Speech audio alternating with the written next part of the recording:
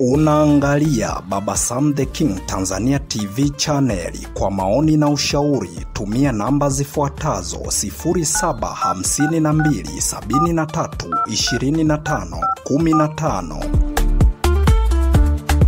Baba Sam the King.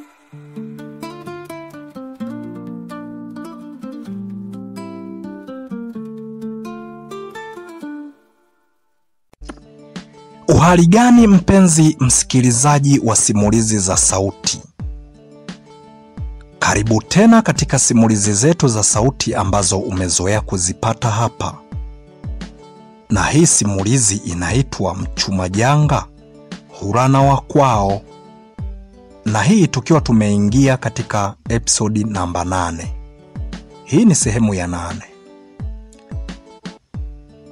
Sehemu ya 7 tulipoishia, tulimuona baada ya kuwa anataka kumpiga nyundo mke wake Bwana Wavuti. Moja kwa moja aliamua, baada alivyokuwa anaona mke wake kijaribu kujitetea na kuanza kumwambia kwamba anamuokoa kwa vitu vingi, lakini yeye ndo ambaye hataki kujiongeza. Manake moja kwa moja Bwana Wavuti huyu alipatwa na wasiwasi kidogo.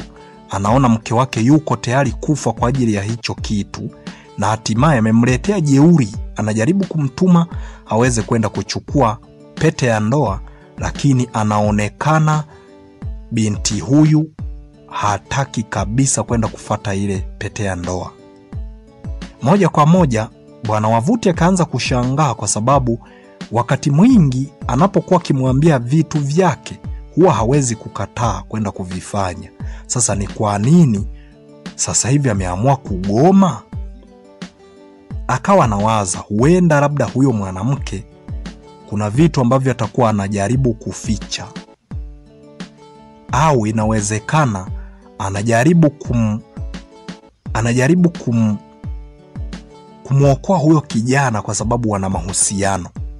Hatimaye baada ya kuwa vimemchanganya vitu vingi, moja kwa moja alienda akalala mlangoni mwa duka lake akiwa anawaza mambo mbalimbali. Kulala manake alijiegesha kwenye ukuta pale pale kwenye duka lake akiwa amekaa kwenye msingi hapo hapo, na usingizi ndipo ulipompata.